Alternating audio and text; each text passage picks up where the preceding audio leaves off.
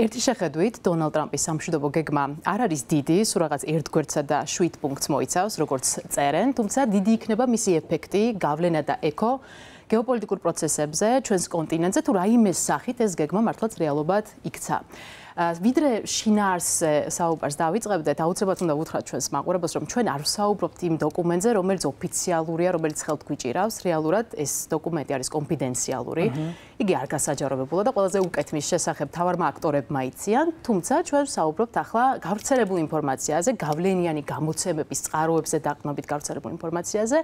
რომლებიც აი კულუარულ ინფორმაციას გვაწვდიან და ახლა რას გულისხმობს დონალდ ტრამპის სამშვიდობო გეგმა. პირველი ორი პუნქტი ძალიან ტრივიალურად გამოიყურება სამშვიდობო შეთანხმებებისთვის. იგი გულისხმობს ცეცხლის შეწყვეტას და დაუყოვნებლივი მოლაპარაკებების დაწყებას და ამის შემდგომ იწყება უკვე იმ პუნქტებზე საუბარი, რომელიც ძალიან წინააღმდეგობრივია და ამდენი ხნის განმავლობაში ამ ჩიხური მდგომარეობის მთავარი მიზეზი იყო. კერძოდ, დონალდ ტრამპი გვთავაზობს, რომ კიევმა უარი თქვას ნატოს წევრობაზე და ამ დათმობის საფირწონედ აბალანსებს ტრამპი ამ დათმობას იმით, რომ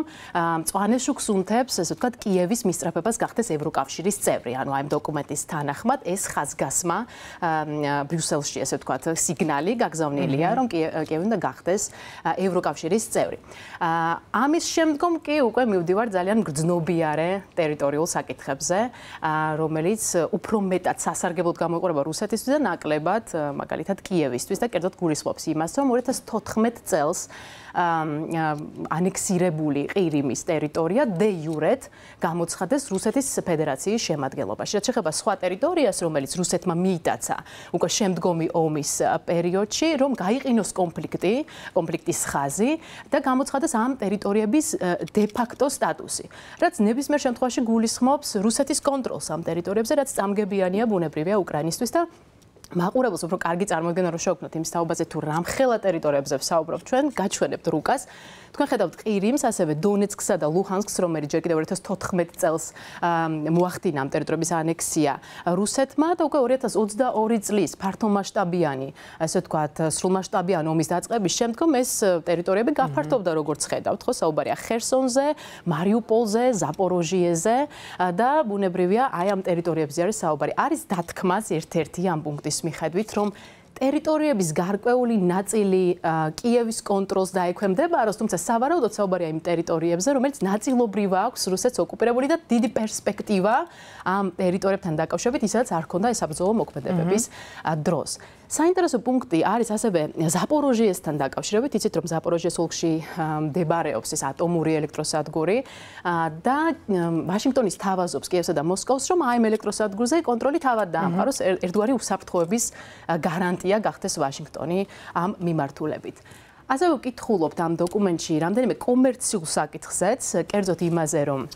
ვაშინგტონი და კიევი გააგრძელებენ, ესე ვთქვათ, იშვიათი წიაღისეულების მოპოვებას უკრაინის ტერიტორიაზე, რაც ურთიერთსარგებლიანია ფინანსურად და მეორეს მხრივ საუბარია იმაზე, რომ რუსეთს მოეხსნა სანქციები სრულად, ამერიკულ სანქციებზე არის საუბარი და გაგრძელდეს მასთან ესეთი ჯანსაღი ურთიერთობები ენერგეტიკისა და ეკონომიკის მიმართულებით და ჩვენ ვიცით, რომ ასე გამოიყურება, დაახლოებით ასე გამოიყურება ის გეგმა,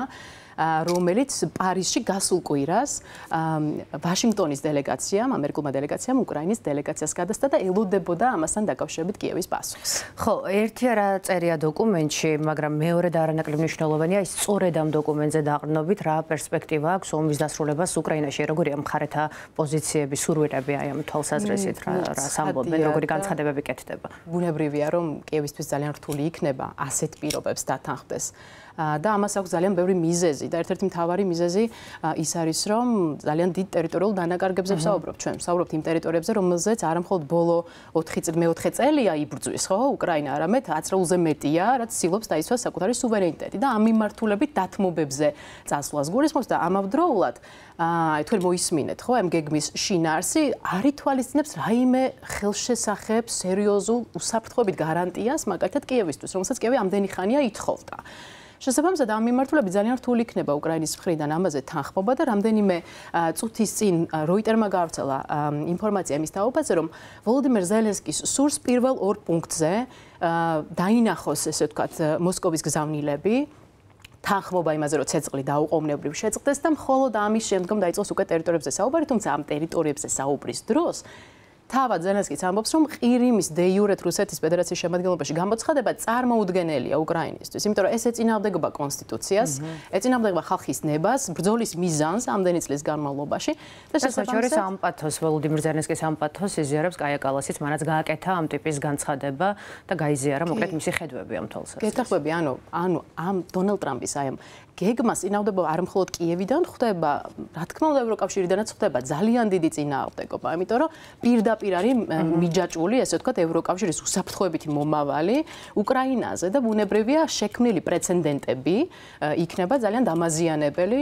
განსაკუთრებით აღმოსავლეთ ევროპისთვის. ამიტომ რა თქმა უნდა წინააღმდეგობა ბრიუსელისგანაც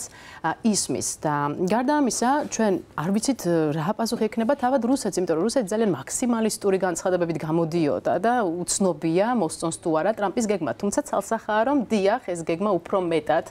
მოსკოვის სასარგებლოდ გამოიყურება ამ წუთას და დღეს JD Vance-მა შეახსენა სხვათა შორის